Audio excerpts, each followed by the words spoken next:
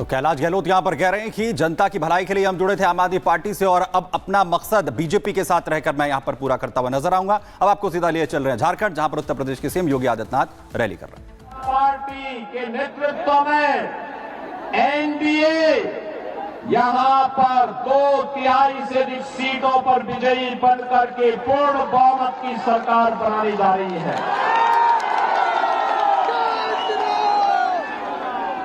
पूर्ण बहुमत की सरकार का मतलब 23 नवंबर को जब ईवीएम खुलेगा और दोपहर में घोषणा होगी कि झारखंड के अंदर भारतीय जनता पार्टी नेतृत्व की एनडीए सरकार बन रही है, तो बहनों और भाइयों, उसके बाद आप मान करके चलिए, आराम से भैया, आराम से धक्का मुक्की नहीं भाई, थोड़ा थोड़ा एक एक कदम पीछे चले जाइए, एक एक कदम पीछे।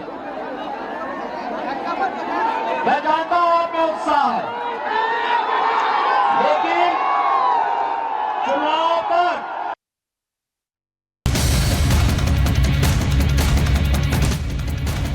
अंतिम दिन का चुनाव प्रचार का समय है। झारखंड और महाराष्ट्र के साथ पूरे देश में भाजपामय माहौल बना हुआ है।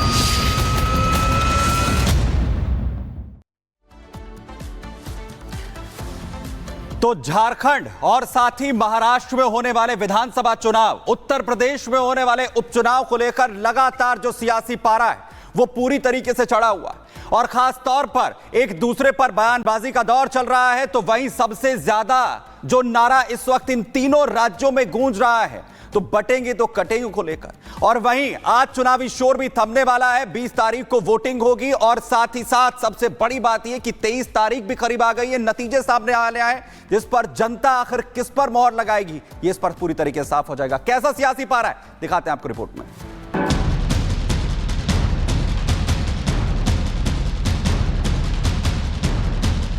भारत की ताकत को बढ़ाइए। देखना, पहले पाक अधिकृत कश्मीर भारत में आएगा, फिर बलूचिस्तान और पाकिस्तान के अन्य भाग भी भारत के हिस्से बनेंगे। झारखंड और महाराष्ट्र के साथ पूरे देश में भाजपामय माहौल बना हुआ है। अरे देवेंद्र फडणवीस, तुम जिस चीज को लाना चाहते ना औरंगाबाद में, वो चीज कभी नहीं आएगी। यूपी, महाराष्ट्र और झारखंड में आज चुनाव प्रचार का शोर थम जाएगा। 20 नवंबर को यूपी की 9 सीटों पर उपचुनाव को नाक है, तो वहीं महाराष्ट्र की 288 सीटों पर वोट डाले जाएंगे और झारखंड में 38 सीटों पर वोटिंग होनी है। इसलिए चुनाव के आखिरी दिन सभी पार्टियों ने पूरी ताकत झोंक दी। झारखंड में हिमंता बिस्वा शर्मा ने ताल ठोक कर बीजेपी की जीत का दावा किया। हमने जो झारखंड का मूड देखा, ये पूरा मूड परिवर्तन का मूड है। मोदी जी का पक्ष में एक लहर बह रहा है और मैं मानता हूं कि बहुत अच्छा मेजॉरिटी से बीजेपी का सरकार बनेगा, एनडीए का सरकार बनेगा। मध्य प्रदेश के मुख्यमंत्री मोहन यादव ने मतदाताओं से वोट की अपील करते हुए ऐलान कर दिया कि तीनों जगह बीजेपी ही जीतेगी। हमारे अपनी सरकार के माध्यम से देश की छवि दुनिया में अलग प्रकार से निकल रही है। झारखंड और महाराष्ट्र के साथ पूरे देश में भाजपामय माहौल बना हुआ है। दूसरी तरफ राहुल गांधी भी आज महाराष्ट्र में डटे रहे। चुनाव की अग्नि परीक्षा 20 नवंबर को होनी है, जिसका रिजल्ट 23 नवंबर को आएगा। लेकिन परीक्षा में पास होने के लिए सभी दल पूरी जोर आजमाइश में जुटे हैं। हार तो किसी भी नेता की कल्पनाओं में ही नहीं है और बड़ी जीत से नीचे कोई सोच भी नहीं रहा। इस बार झारखंड में परिवर्तन होना तय है। जिस प्रकार से वहां की जो अभी मौजूदा सरकार लोगों को लूटने के लिए जो एक नीति बनाई थी, हेमंत सोरेन जी की सरकार इस बार जमीन से उखड़ चुकी है। नहीं, देखिए, हेमंत सोरेन जी की सरकार झारखंड में फिर से बनने जा रही है। जन कल्याण के लिए जो काम हेमंत सोरेन जी की इंडिया गठबंधन की सरकार ने किया है, वो जनता उसका समर्थन कर रही है। यूपी में बटेंगे तो कटेंगे पर सियासी लड़ाई है, तो महाराष्ट्र में वोट जिहाद पर सियासी बिसात बिछाई गई है और झारखंड में जंगल जमीन और घुसपैठियों का मुद्दा लगातार गरमाया रहा। लेकिन सियासत के इस अखाड़े में कौन किस पर भारी पड़ेगा, ये तो आने वाला वक्त ही बताएगा।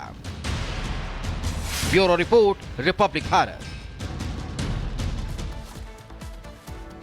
तो देखिए, वोट जिहाद का धर्मयुद्ध और इसके साथ साथ जुबानी तीर भी छोड़े जा रहे हैं। हमारे साथ अजय दुबे उत्तर प्रदेश से जानकारी देंगे कि किस तरीके से उपचुनाव वहां पर महत्वपूर्ण और इस वक्त क्या पारा है उत्तर प्रदेश में उपचुनाव को लेकर के। अजय, बताइएगा कि जनता का मूड किस तरफ जाता हुआ नजर आ रहा है। देखिए, उपचुनावों को लेकर गहमा गहमी जोरदार है और इसी उपचुनाव में उत्तर प्रदेश के जो बटोगे तो कटोगे के नारे की शुरुआत हुई और पूरे देश में इसको लेकर चर्चा है। तो ये नारा उत्तर प्रदेश में भी प्रासंगिक है। वहीं अखिलेश यादव ने दो इंजनों के टकराव का मुद्दा उठा रखा है। दिल्ली और लखनऊ टकरा रहा है, इसे बार बार मुद्दे को बना रखा है। बात करने के लिए बीजेपी के प्रवक्ता राकेश त्रिपाठी मौजूद हैं। राकेश जी, बटोगे तो कटोगे नैरेटिव आपका है और दो इंजनों का टकराव सपा का है, कहानी कहां पर है? नहीं, वो भी बांटने की कोशिश कर रहे हैं। हर तरह से बांटना है, कभी जाति के नाम पर बांटना है, कभी पार्टी के भीतर बांटने का प्रयास करना है, लेकिन हम हमेशा एकता की बात करेंगे। वो जितना भी बांटने का प्रयास करते रहे, देश बंटने वाला नहीं है, समाज बंटने वाला नहीं है। भारतीय जनता पार्टी में बांटने की तो कोई कोशिश उनकी सफल हो ही नहीं सकती है। ये स्पष्ट है। भारतीय जनता पार्टी सबको एकजुट रख करके चलेगी और जब ये परिणाम आएंगे ना, तो इस परिणाम के बाद ये निश्चित तौर पर इनकी परेशानी और बढ़ने वाली है, क्योंकि परिणाम में और इनके लिए पराजय स्पष्ट तौर पर दिखाई पड़ रही है। वो चाहे महाराष्ट्र और झारखंड में इंडिया अलायंस की पराजय हो या उत्तर प्रदेश में समाजवादी पार्टी की बुरी तरह से पराजय हो, क्योंकि ये आपस में बटे हुए हैं, मतभेदों के साथ है। पूरे उपचुनाव में कांग्रेस पार्टी ने कहीं एक भी जगह प्रचार करते हुए नहीं दिखी।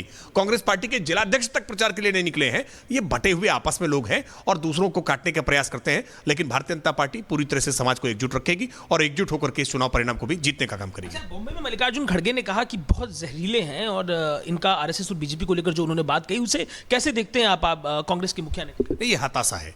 कांग्रेस पार्टी की हताशा साफ दिख रही है। हरियाणा के चुनाव परिणाम का असर अब भी कांग्रेस से उतरा नहीं है।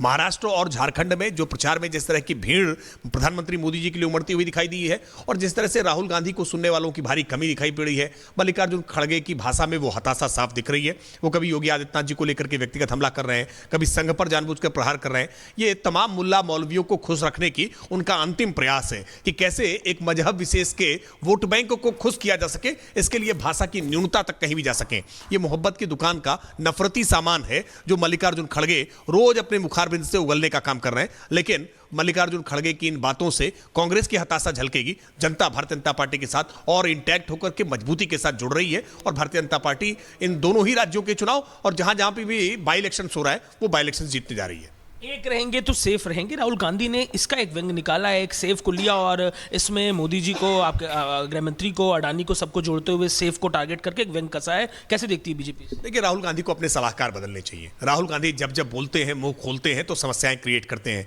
अब वो सेफ लेकर के जब आए हैं ना, तो जनता उसको देख करके जान गई, याद आ गई जनता को कि कैसे राजस्थान का सेफ खाली कर दिया, कैसे उन्होंने छत्तीसगढ़ का भूपेश बघेल ने सेफ खाली कर दिया था और कैसे हिमाचल का सेफ इस समय खाली हो रहा है कि कर्मचारियों को तनख्वाह देने के पैसे नहीं बचे हैं। यानी राजकीय कोष जो भरा रहता है उसको खत्म कर देने का काम करते हैं। देखिए, बीजेपी के प्रवक्ता हैं जो उपचुनाव को लेकर अपने मुद्दों को लेकर बात रख रहे हैं।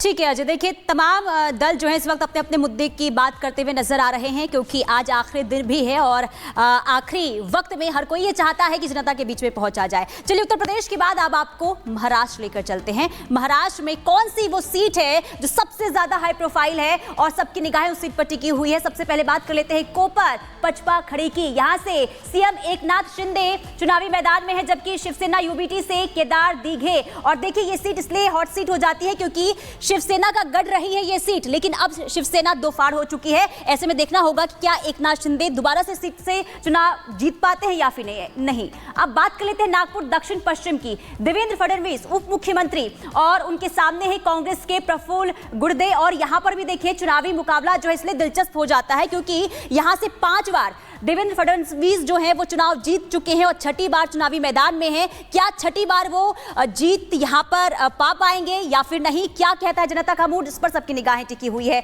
अब बात कर लेते हैं वर्ली की। ये भी सीट हाई प्रोफाइल इसलिए हो जाती है क्योंकि यहां से देखिए शिवसेना यूबीटी से आदित्य ठाकरे चुनावी मैदान में है। और इसके अलावा बारामती की बात करें तो एनसीपी से देखिए अजित पवार, इसके बाद शरद पवार गुट की बात करें तो युवेंद्र पवार